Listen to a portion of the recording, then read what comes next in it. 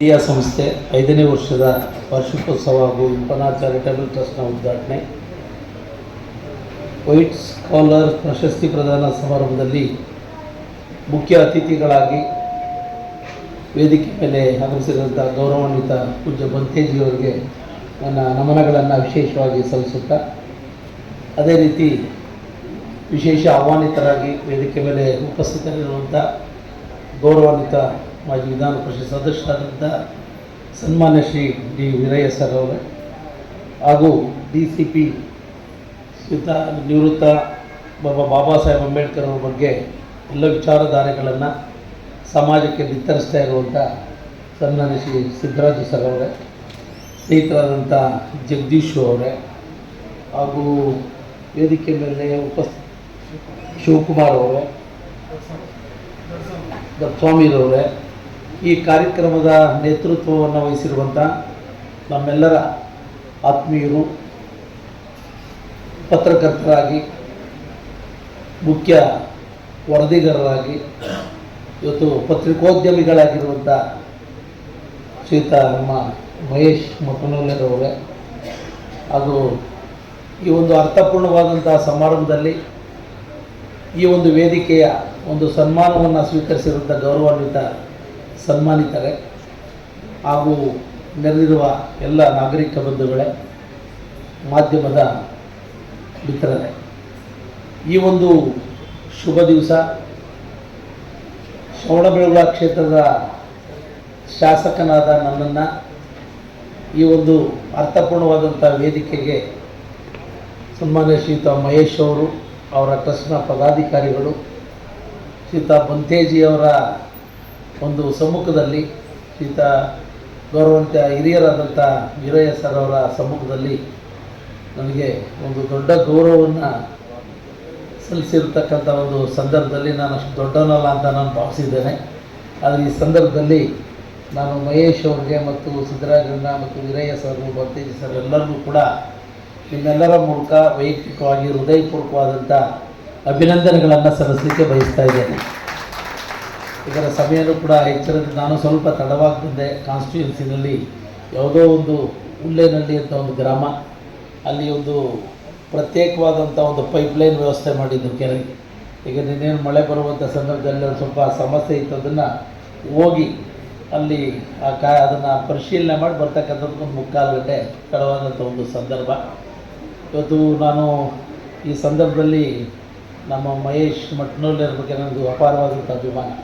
ಏಕೆಂದರೆ ನನ್ನ ವಿಧಾನಸಭಾ ಕ್ಷೇತ್ರದ ಮಟ್ಟನೂಲೆ ವ್ಯಾಪ್ತಿನಲ್ಲಿ ಅವರ ತಂದೆ ತಾಯಿಗಳ ಆಶೀರ್ವಾದದಿಂದ ಬೆಳೆದು ಇವತ್ತು ರಾಜ್ಯ ಮಟ್ಟದಲ್ಲಿ ಒಬ್ಬರು ಪತ್ರಿಕೋದ್ಯಮಿಗಳಾಗಿ ನಿಂತ ಎಲ್ಲ ಸಮಾಜದ ನಾಗರಿಕರುಗಳ ಮಧ್ಯೆ ಒಂದು ದೊಡ್ಡ ಗೌರವವನ್ನು ಪಡ್ಕೊಳ್ಳುವಂಥ ಮಟ್ಟಕ್ಕೆ ಬೆಳೆದಿದ್ದಾರೆ ಅಂದರೆ ಅದಕ್ಕೆ ಬೆಲೆ ಕಟ್ಟಲಿಕ್ಕಾಗಲ್ಲ ಅಂತ ನಾನು ಭಾವಿಸಿದ್ದೇನೆ. ಅವ್ರಿಗೆ ನಾನು ಮತ್ತೊಮ್ಮೆ ಇನ್ನೂ ಕೂಡ ಈ ಪತ್ರಿಕೋದ್ಯಮದ ರಂಗದಲ್ಲಿ ಉನ್ನತ ಮಟ್ಟಕ್ಕೆ ಬೆಳೀಲಿ ಅಂತ ಮತ್ತೊಮ್ಮೆ ಅವ್ರಿಗೆ ಶುಭಾಶಯಗಳನ್ನು ಕೂಡ ಸಲ್ಲಿಸಲಿಕ್ಕೆ ಬಯಸ್ತಾ ಇದ್ದೀನಿ. ಬಾಬಾ ಸಾಹೇಬ್ ಅಂಬೇಡ್ಕರ್ ಅವರು ಸಂವಿಧಾನವನ್ನು ನೀಡೋದ್ರ ಮೂಲಕ ಶಾಸಕಾಂಗ, ನ್ಯಾಯಾಂಗ, ಕಾರ್ಯಾಂಗದ ಅಡಿನಲ್ಲಿ ಇವತ್ತು ದೊಡ್ಡ ಪ್ರಜಾಸತ್ತಾತ್ಮಕ ವ್ಯವಸ್ಥೆ, ಇವತ್ತು ಭದ್ರ ಬುನಾದಿಯ ನಡುವೆ ಇವತ್ತು ಉತ್ತಮವಾದಂಥ ಒಂದು ವ್ಯವಸ್ಥೆಗೆ ಅವಕಾಶ ಸಿಕ್ಕಿದೆ ಅಂದರೆ ಬಾಬಾ ಸಾಹೇಬ್ ಅವರು ಕೊಟ್ಟಂಥ ಒಂದು ಸಂವಿಧಾನದ ಶಕ್ತಿ ಅಂತಕ್ಕಂಥ ಮಾತನ್ನು ಈ ಸಂದರ್ಭದಲ್ಲಿ ಹೇಳಲಿಕ್ಕೆ ಬಯಸ್ತಾ ಇದ್ದೀನಿ. ಇವತ್ತು ಒಂದು ವಾಹನಕ್ಕೆ 4 ಚಕ್ರಗಳು ಮುಖ್ಯ. ಒಂದು ಕಡೆ ನ್ಯಾಯಾಂಗ, ಶಾಸಕಾಂಗ, ಕಾರ್ಯಾಂಗ, ಅದರ ಜೊತೆ ಪತ್ರಿಕಾ ರಂಗ ಬಹುಮುಖ್ಯವಾದಂಥ ಅಂಗವಾಗಿದೆ. ಏಕೆಂದರೆ ಶಾಸಕಾಂಗ, ಕಾರ್ಯಾಂಗ ಅಳಿ ತಪ್ಪಿದರೆ ಬಹುಶಃ ನ್ಯಾಯಾಂಗ ಮಾರ್ಗದರ್ಶನವನ್ನು ತೋರಿಸುತ್ತೆ. ಇಡೀ ವ್ಯವಸ್ಥೆನೇ ಬುಡವೇಲಾಗುವಂಥ ಸನ್ನಿವೇಶಗಳು ಬಂದರೆ ಸಮಾಜದ ಮೂಲಕ, ಪತ್ರಿಕೆಗಳ ಮೂಲಕ, ಅವರ ಲೇಖನಿಯ ಮೂಲಕ ಈ ಸಮಾಜವನ್ನು ತಿದ್ದುವಂಥ ಒಂದು ವ್ಯವಸ್ಥೆ ಇವತ್ತು ಪತ್ರಿಕಾ ರಂಗದ ಮೂಲಕ ವಿಶೇಷವಾಗಿ ಆಗ್ತಾಯಿದ್ದೀವಿ. ಇವತ್ತು ಬಹುಶಃ ಹಿರಿಯರೆಲ್ಲ ಇದ್ದರೆ ನಾನು ಹೆಚ್ಚು ಮಾತಾಡಲಿಕ್ಕೆ ಹೋಗಲ್ಲ. ಇವತ್ತು ಹಿಂದೆ ಸಂಪಾದಕೀಯದಲ್ಲಿ ಬರ್ತಕ್ಕಂಥ ಒಂದು ಬರವಣಿಗೆ ಇದು ಸಮಾಜವನ್ನೇ ಒಂದು ಒಳ್ಳೆಯ ತಿರುವಿಗೆ ಕೊಂಡೊಯ್ತಕ್ಕಂಥ ಒಂದು ಶಕ್ತಿ ಸಂಪಾದಕೀಯದಲ್ಲಿತ್ತು. ಅಂಥ ಬರಹಗಳನ್ನು ಕೂಡ ನಾವು ಚಿಕ್ಕವನಾಗಿ ದೊಡ್ಡವರು ಎಲ್ಲರೂ ಕೂಡ ಅದು ಓದಿ ಅಧ್ಯಯನಗಳನ್ನು ಮಾಡಿದಿರಿ. ಆ ಶಕ್ತಿ ಮುಂದಿನ ಕೂಡ ಉಳಿಯುವಂಥದ್ದಕ್ಕೆ ಆಗಬೇಕು ಅನ್ನೋದು ನನ್ನ ವೈಯಕ್ತಿಕವಾದಂಥ ಅಭಿಪ್ರಾಯ ಅಂತಕ್ಕಂಥದ್ದನ್ನು ಕೂಡ ಈ ಸಂದರ್ಭದಲ್ಲಿ ಹೇಳಲಿಕ್ಕೆ ಬಯಸ್ತಾ ಇದ್ದೇನೆ. ಇವತ್ತು ನಮ್ಮ ವೀರಯ್ಯ ಸರ್ ಕೂಡ ಮೇಲ್ಮನೆಯಲ್ಲಿ ಇವತ್ತು ರಾಜ್ಯದ ಸಮಸ್ಯೆಗಳ ಬಗ್ಗೆ, ಸಾಹಿತ್ಯದ ಬಗ್ಗೆ, ಇನ್ನಿತರ ಒಂದು ಬಡವರ ಭವನಗಳ ಬಗ್ಗೆ ತುಂಬ ಅಭಿಮಾನಪೂರ್ವಕವಾಗಿ ಅಲ್ಲಿ ಪ್ರಸ್ತಾಪಗಳನ್ನು ಮಾಡಿ ರಾಜ್ಯದಲ್ಲಿ ಅವ್ರದ್ದೇ ಆದಂಥ ರೀತಿಯಲ್ಲಿ ಸೇವೆ ಮಾಡಿದ್ದಾರೆ. ಸಾಹೇಬ್ರವ್ರಿಗೂ ಕೂಡ ನಾನು ಅಭಿನಂದನೆಗಳನ್ನು ಸಲ್ಲಿಸಲಿಕ್ಕೆ ಬಯಸ್ತಾ ಇದ್ದೇನೆ. ಅದರಲ್ಲೂ ಸಿದ್ದರಾಜ್ ಅವರು ನಾವು ತುಂಬ ವೇದಿಕೆಗಳನ್ನು ಹಂಚ್ಕೊಂಡಿದ್ದೀವಿ. ಸುಮಾರು 2-3 ವೇದಿಕೆಗಳಲ್ಲಿ ಅವರ ಒಂದು ಸಂದೇಶಗಳನ್ನು, ಅವರ ವಿಚಾರಧಾರೆಗಳನ್ನು ನಾನು ಹತ್ತಿರದಲ್ಲಿ ಒಂದೂವರೆ 2 ಗಂಟೆ ಕೂತಿದ್ದೇನೆ ಅವ್ರ ಸಭೆಯಲ್ಲಿ. ಅಂಥವರು ಈ ಸಮಾಜಕ್ಕೆ ಪ್ರಸ್ತುತ ಇದ್ದಾರೆ.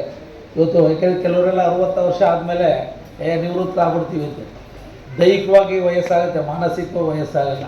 ಅದಕ್ಕೆ ಮಾನಸಿಕವಾಗಿ ವಯಸ್ಸಾಗಿಲ್ಲ ನಮ್ಮ ಸಿದ್ದರಾಜು ಸರ್ ಅವ್ರಿಗೆ. ಆ ರೀತಿಯಲ್ಲಿ ಮುಂದೆ ಇನ್ನೂ ಒಂದು ಉತ್ತಮವಾದ ಸೇವೆ ಅಲ್ಲಿ ಶಿವಕುಮಾರ್ ಸರ್ ಎಲ್ಲ ಅನೇಕ ಕೂಡ ಇದ್ದಾರೆ ಅಂತ. ಅವರೆಲ್ಲರೂ ಒಂದು ಉತ್ತಮವಾದಂಥ ಸೇವೆ ಅವರಿಂದ ದೊರೆಯುವಂಥದ್ದಾಗಲಿ ಅಂತ ನಾನು ಪ್ರಾರ್ಥನೆಯನ್ನು ಕೂಡ ಈ ಸಂದರ್ಭದಲ್ಲಿ ಮಾಡಿ, ಇವತ್ತು ನನ್ನನ್ನು ಬೆಳಗುಳದ ಬರನಾಡಿನ ಭಗೀರಥ ಅಂತ ಇರ್ತಕ್ಕಂಥ ಒಂದು ಬಿರುದನ್ನು ಈ ಒಂದು ನಮ್ಮ ವೈಟ್ ಪೇಪರ್ ಚಾರಿಟಬಲ್ ಟ್ರಸ್ಟ್ನ ವತಿಯಿಂದ ನೀವು ನೀಡಿದ್ದೀರಿ. ಬಹುಶಃ ಅದು ನನಗೆಂದರೆ ನನ್ನ ರಾಜಕಾರಣದ 32 ವರ್ಷದ ನನ್ನ ಜೀವನದಲ್ಲಿ ಶಿಕ್ಷಣ, ಆರೋಗ್ಯ, ಕೃಷಿ, ನೀರಾವರಿ, ಕಲೆ, ಕ್ರೀಡೆ ಇಂಥ ಕಾರ್ಯಕ್ರಮಗಳಿಗೆ ನಾನು ಶಕ್ತಿ ಮೀರಿ ನನ್ನ ಸೇವೆಯನ್ನು ಕಾಯ ವಾಚ ಮನಸ ಮಾಡಿದ್ದೇವೆ. ಆಯಾ ಕಾಲಘಟ್ಟಗಳಲ್ಲಿ ಬಂದಂಥ ಸರ್ಕಾರಗಳ ಸಹಕಾರವನ್ನು ತೆಗೆದುಕೊಂಡು ಈ ದೇಶ ರೈತ ಈ ದೇಶದ ಬೆನ್ನೆಲುಬು. ಆ ಬೆನ್ನೆಲುಬಿಗೆ ಶಕ್ತಿ ತುಂಬುವಂಥದ್ದು ಜನಪ್ರತಿನಿಧಿಗಳ ಜವಾಬ್ದಾರಿಯಾಗಿದೆ. ಆ ನಿಟ್ಟಿನಲ್ಲಿ ನಮ್ಮ ಸೇವೆಯನ್ನು ಸಕಾರಾತ್ಮಕವಾಗಿ ಮಾಡ್ಕೊಂಬಂದಿದ್ದೇವೆ. ಇವತ್ತು ಬಹುಶಃ ಎಲ್ಲ ನಮ್ಮ ತಾಲೂಕು ನನಗೆ, ಏಕೆಂದರೆ ಇವರೆಲ್ಲ ಬರ್ತಾರೆ ಬಂದರೆ ಗೊತ್ತಿಲ್ಲ ನನಗೆ. ಏಕೆಂದರೆ ಹಣ ಅಧಿಕಾರ ಶಾಶ್ವತವಲ್ಲ, ಮಾಡುವಂಥ ಸೇವೆ ಮಾತ್ರ ಶಾಶ್ವತವಾಗಿರ್ತದೆ ಯಾವುದೇ ಒಂದು ರಂಗಗಳಲ್ಲಾದರೂ ಕೂಡ. ಅಂಥ ಸಂದರ್ಭಕ್ಕೆ ಹಲವಾರು ಈ ಒಂದು ವೇದಿಕೆಯ ಸನ್ಮಾನಕ್ಕೆ ಬಾಜರಾಗಿದ್ದಾರೆ. ಇವೆಲ್ಲ ಕೂಡ ಇದ್ದಾರೆ. ನಮ್ಮ ಆಯರಲ್ಲಿ ಮೇಡಮ್ ಅವರು ಕೂಡ ಇಲ್ಲಿ ಬಹುಶಃ ಬಂದಿದ್ದಾರೆ, ನಮ್ಮ ನಾಗಣ್ಣ ಅವರು ಬಂದಿದ್ದಾರೆ, ಕೃಷ್ಣ ಸರ್ ಬಂದಿದ್ದಾರೆ. ಇಲ್ಲೇ ಬಹುಶಃ ದೇವಗೆರೆ ಗ್ರಾಮದವರು.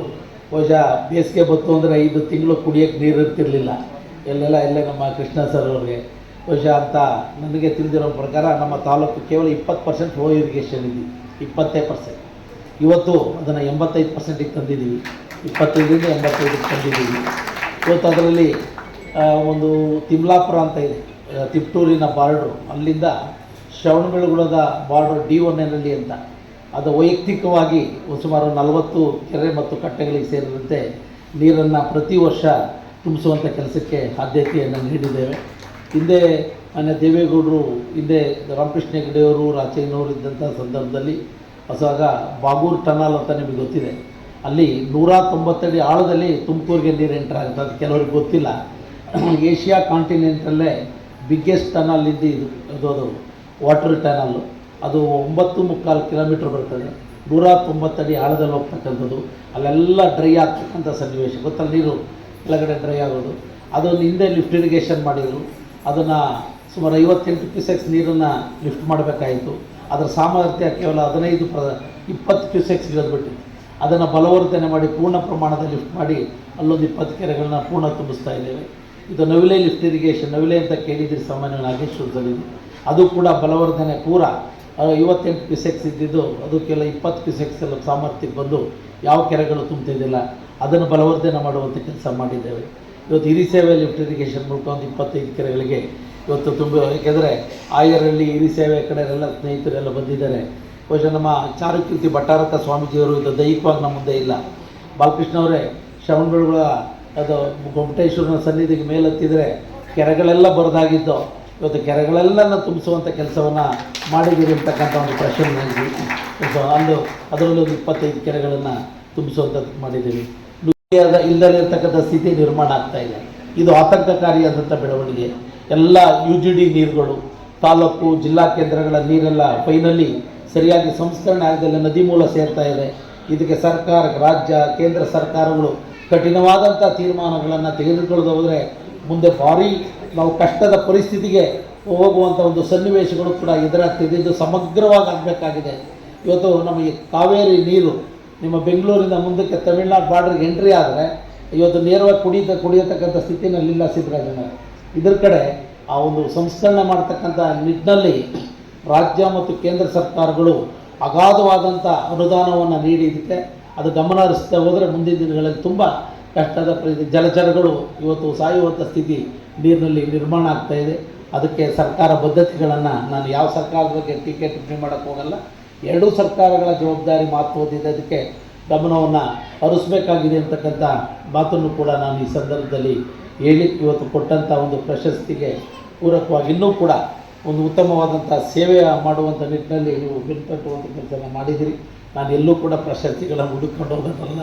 ನಮ್ಮ ಪ್ರೀತಿಯಿಂದ ನಮ್ಮ ವೆಂಕಟೇಶ್ ಖರ್ಗೆರವರು ಬಂದು ಬರಲೇಬೇಕು ಅಂತ ನನಗೆ ಹೇಳಿದರು. ನಾನೇನು ಅಷ್ಟು ದೊಡ್ಡನಲ್ಲಪ್ಪ, ಯಾಕೆ ಅದಕ್ಕೆಲ್ಲ ವೇದಿಕೆಯಲ್ಲಿ ಅಂತ ಅಂದರು. ಆ ಪ್ರೀತಿಗೆ ನಾನು ಯಾವತ್ತೂ ಕೂಡ ಋಣಿಯಾಗಿರ್ತೀನಿ. ಅದು ಇಂಥ ಹಿರಿಯರಾದ ಬಂತೇಜಿಯವರ ಒಂದು ವೇದಿಕೆಯಲ್ಲಿ ನಾನು ಪಡ್ಕೊಂಡಿದ್ದೀನಿ ಅಂದರೆ ಅದಕ್ಕೆ ತನ್ನದೇ ಆದಂಥ ಒಂದು ಮೌಲ್ಯ ಇದೆ ಅಂತ ನಾನು ಭಾವಿಸಿದ್ದೀನಿ.